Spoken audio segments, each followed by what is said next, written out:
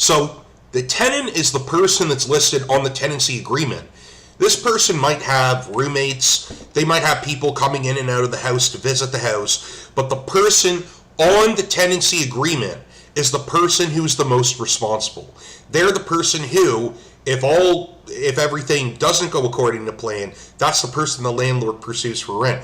That's the person that the landlord speaks with first before anybody else, is the person on the tenancy agreement. So if you are looking to sign a tenancy agreement and to move out on your own with roommates, have a conversation about who is going to be on the tenancy agreement. Who is a tenant? Who's a roommate? When is rent due? Who is rent paid to? And who distributes the rent to the landlord? Critical questions. You must answer these questions even before you start writing your tenancy agreement. Who pays the rent? Who's responsible for what? And I would also have some agreements about cleanup. Who's responsible for cleaning? Who's responsible, when there's a leaky...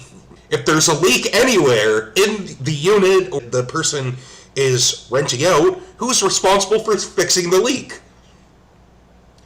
Good question. Well, the landlord's the most responsible, but the tenant also has a responsibility to fix those types of maintenance problems. There may be more than one tenant or more than one landlord, and so it's critical in your case to look at who's named in the tenancy agreement. Are you the landlord, are you the tenant, and who's listed there?